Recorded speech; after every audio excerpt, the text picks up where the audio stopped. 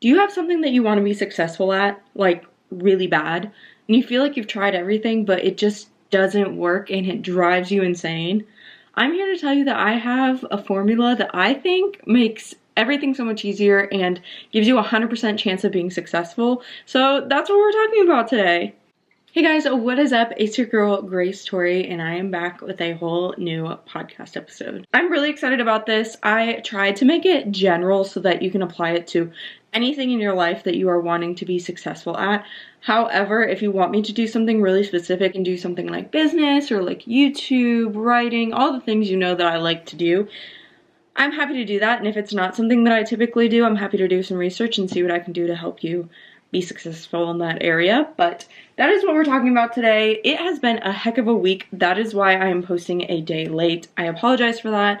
I had a lot of things pop up this past week and I just did not stop running around until late last night, and I was so exhausted, and I wanted it to be a good quality episode. So that's why we're coming up a day late, because I'd rather you guys have a good episode than a rushed episode that's not that great. So that's what we're doing here, and that's why we're popping up on a Monday instead of Sunday. Before I jump in, I have to do a little reminder. Don't forget to like, follow, subscribe, all the things on whatever platform you're currently listening or watching on.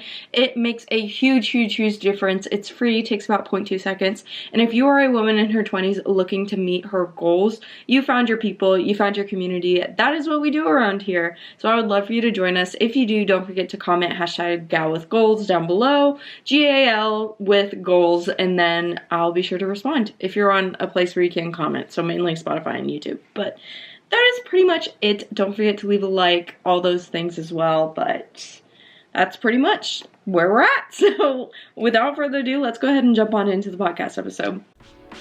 I'm Gracetorie, and you're listening to That Girl the Podcast. Grab a beverage of choice and settle in, because the new episode is starting now. So the first thing I'm going to do is talk about this formula and break it down for you. I'm not going to make you wait till the end of the episode to hear it. But after I break it down, I am going to talk about some more things that I think really lean into this formula and help you with success. Just some other tips that I have that kind of go along with the formula but aren't exactly it. So that's what we're going to be talking about today. To the point, nothing crazy, and it's just how to be successful at anything. So my formula, broken down to the most basic level, it is strategy plus pixie dust equals success. And I'm sure you guys are like, what the heck are you talking about? And I'm going to explain it to you, but we're going to do it step by step. So the first thing we're going to do is talk about strategy. Strategy is exactly what it sounds like, but I broke it down to knowledge and timing. So first, let's talk about knowledge. Having knowledge on the topic is half of what's going to make the strategy successful. And I'm not just talking about knowing what it is. You need to research the what, the how, any competition that you have, success stories, what that success can lead to. Like, say that someone has a YouTube channel that has 1 million subscribers and you also want to have 1 million subscribers. What did that success lead them to? Did they get a TV show? Did they write a book? Do they have a really nice house? Like, what is the opportunities that this door is going to open for you? Because not only does that motivate you, but it also helps you to have a long-term goal. Because if you're anything like me and you're a highly motivated individual, once you hit one goal, you're like, that's super awesome, but now I want to do this. So we want to think long-term and ask yourself, like, what is this thing going to be a stepping stone to? And how am I going to make this a thing for the rest of my life? If you want it to be a long-term success, not everything is meant to be like a super big thing. If you just want it to be a little thing, that's cool. But long-term, what can it lead to? Keep researching until you feel confident that you can recite it in your sleep, that you can go through the steps of how to do this thing, what this thing is, why this thing matters. You want to know everything there is to know and make sure that the information you're getting is up to date. You not only want to know like the origins and like how it was done in the past, but don't sit there and watch a bunch of YouTube videos on how to be a YouTuber that were posted in like 2015. You want to look at the stuff that's current, 2025. It changes so fast. So honestly, I wouldn't look at videos that are from before like December 15th, 2024. There's so many people posting videos about it, and you want to stay current, so make sure you're watching stuff that is up to date for something like YouTube where it changes constantly. If it's not something that changes constantly, staying up to date isn't as important. Like, for example, if you wanted to have a successful painting business and you wanted to paint and sell your paints, sell your work, not paints. When it comes to the painting itself, you can watch some older videos because the technique doesn't change. But when it comes to selling and marketing, yeah, you want to watch more up-to-date stuff. So make sure that the knowledge that you're getting spans a lot so that you know the origins and all the things there's to know in that area. But when it comes to marketing, strategizing, things like that, make sure you're up to date on the trends and how that's going, how people are marketing, how people are selling, how people are doing everything.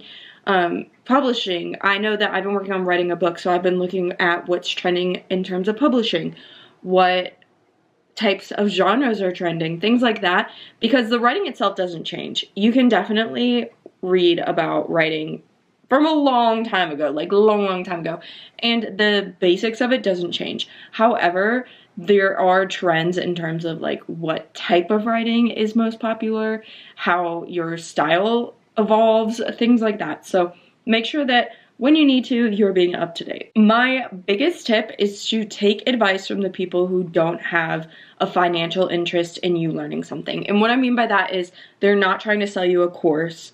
They're not trying to train you so that you can make them a ton of money, aka a pyramid scheme. Like, you want to learn from people who genuinely want to help you because they want to help you. You want to learn from people who aren't just trying to make you a pawn or like some sort of way for them to make more money. I never, ever, ever take advice from anyone who has an online course. Very rarely. There are a few podcasters that have happened to do online courses, but it's not their main thing. If it's like their main thing, no, do not. Don't even go down that road. You want to have a mentor that's just interested in you because they're interested in you, and all of the things that you have to pay money for, it's all the same thing. You could learn it from someone else without paying any money. That's why I like YouTube videos so much. There's so many out there that are free that aren't trying to get you to buy a course. So make sure that when you are learning from people, you are learning from people who don't have a financial interest in you learning the information. Like, if they're your mentor and it's like an apprenticeship and you are going to make a ton of money, that's one thing. But if it's like a pyramid scheme or a course, nuh-uh, don't even do it. That takes me to my last point of knowledge, and that's getting a mentor if possible. Maybe they're not a mentor long term. Maybe it's just someone you ask to go to coffee and get advice from. Just use your network. Reach out and say, hey, I know you're really good at this. Would you mind to get coffee? And not everyone's going to say yes. If they don't say yes, it's fine. But get a mentor if possible for as long as possible. Learn as much as you can. Be respectful of their time. Be willing to say, like, hey, I'll buy you a coffee. Hey, I'll buy you lunch. But get a mentor. Like, be willing to learn and willing to humble yourself to do it and, like, ask for help from someone who is not trying to make money off of you, of course. So that is the first part. That is the knowledge side of strategy. The second part of strategy is timing. When to launch or make your move is just as important as knowing how to do it. Because if you do all this work and do it at the wrong time, nothing's going to happen. I guarantee you, timing is everything.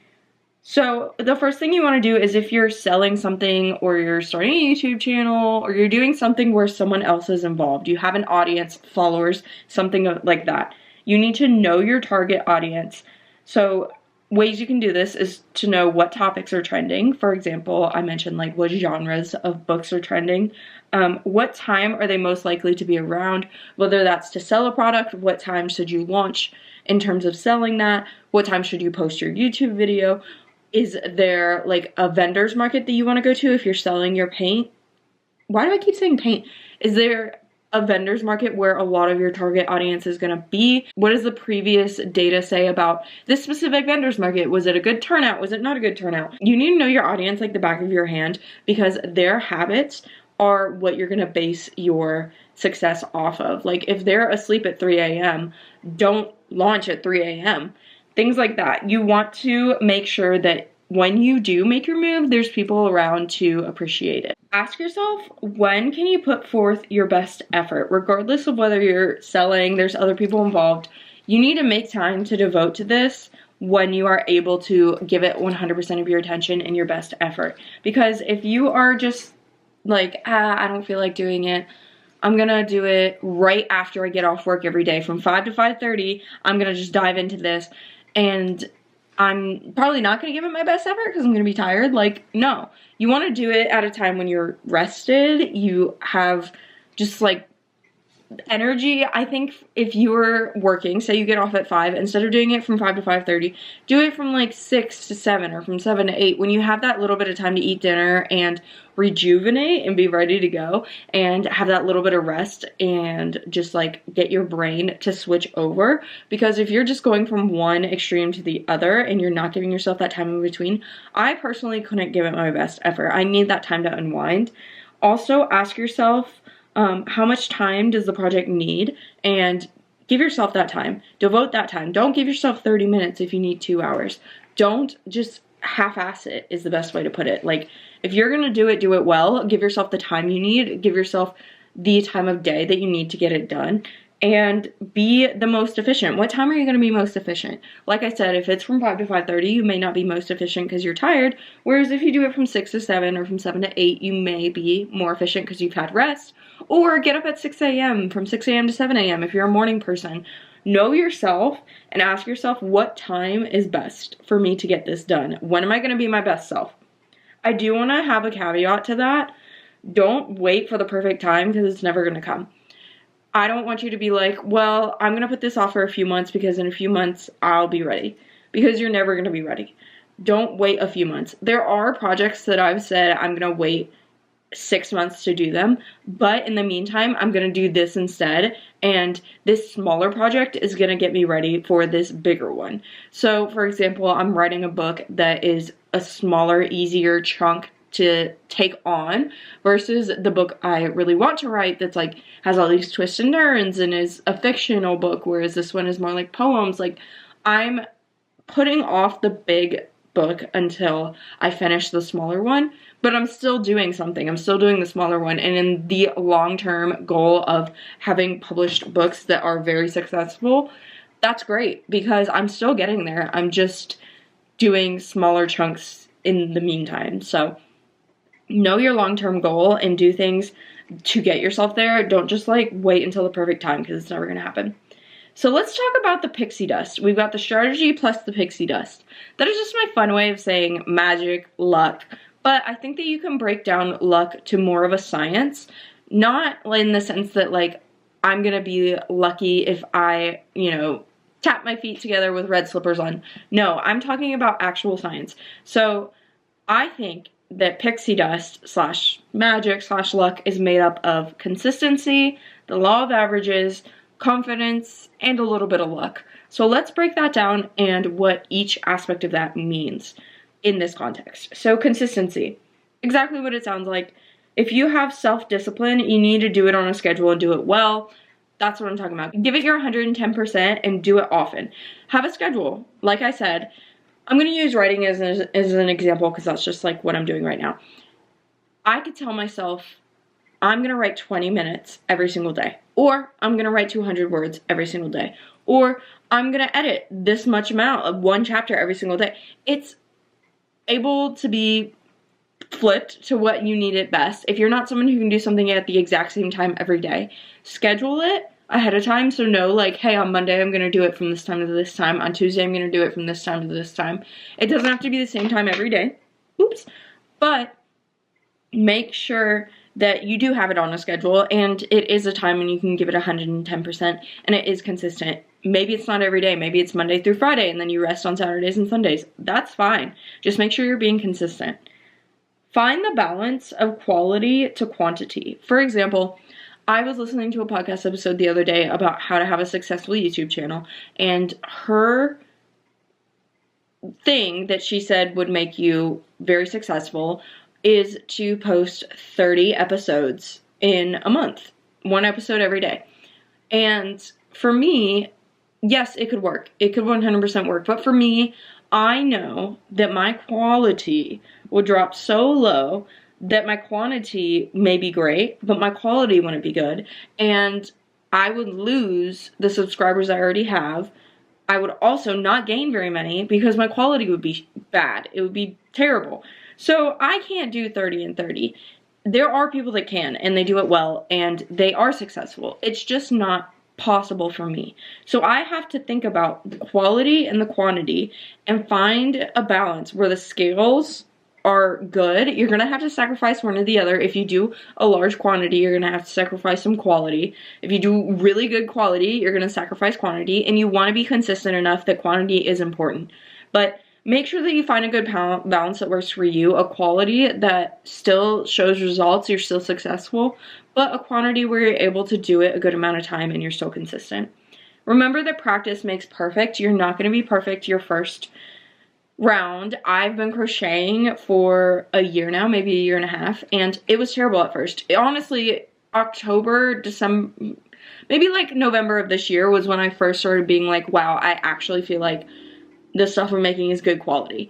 And it took me a long time. Practice makes perfect, and the more you do it, the quicker you're gonna get really, really, really good at it. So make sure you're doing it often. Like, your quality and quantity is important, but you're not going to be perfect at first. Get in there and make sure it is a good quantity. Like for me, I was doing 2 episodes a week, and I do want to get back to that because I think that once I get some things sorted out, I will be able to get back to that. And I was able to do quality well as have 2 a week, but I don't think I could do more than 2 episodes a week just based on where I'm at in my life right now in this moment. The quality would suffer too much, and I don't think that's fair to you guys.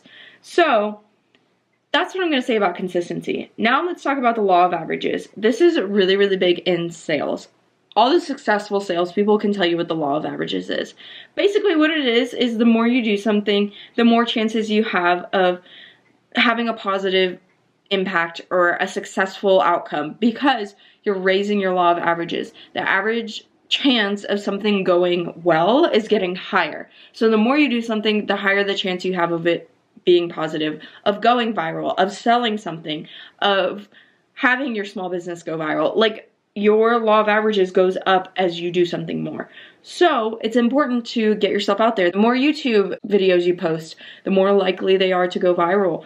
The more things you put on Etsy, the more things you are likely to sell. And like I said, don't sacrifice your quality for your quantity, but keep this in mind: the more you get something out, the more likely you are for it to have a positive outcome. Like, if you want to put your name on something, stamp of approval and get it out there, it should be good. Everything you put out should be good quality. You should be proud to put it out, but you also should be getting a large quantity out. So don't sit there and think that everything has to be perfect and let that hold you back from getting it out in the first place.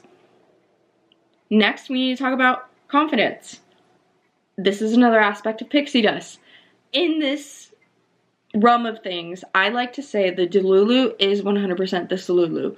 Be delusional. Think that it's gonna be amazing and things are gonna work out, even if they might not seem like that. You need to 100% say to yourself, this is gonna be successful all the time. Like, don't let yourself believe it's not gonna be successful. A mindset changes everything. Make sure you have a positive mindset and you're saying, yes, this is gonna be successful. This is gonna work out. Be confident in yourself, your abilities, and your outcome. Be confident that you know your shit because you took all that time studying it. Be confident that you have the self-discipline and the ability to get it done. And be confident that your outcome is going to be a positive one. Know yourself and your abilities. Just have that delusional confidence, even if you don't feel like it. Fake it till you make it. That is so important. Like, I cannot stress enough faking it until you make it. As someone who is the queen of imposter syndrome, when I start to go that route, I have to remind myself to fake it till I make it. And it re-steers me every time. So the last thing on this list when it comes to pixie dust is luck. If you do it enough times, you're bound to get lucky at least once. That's just science, right? Like, that's how it happens. I think it's also important to believe that you're a lucky person who deserves success. Your self-worth should be high enough that you believe that, because when you believe that, you start acting accordingly and you start having motivation to get things done. So just believe you're a lucky person who deserves success and lucky things happen to you. Mindset is literally everything. So should you be sitting there and being like, nah, I'm just gonna be lucky? No. You have to have the actions to back it up. You have to be having that law of averages go up. You have to be having the quality. You have to be having the knowledge to know when to act.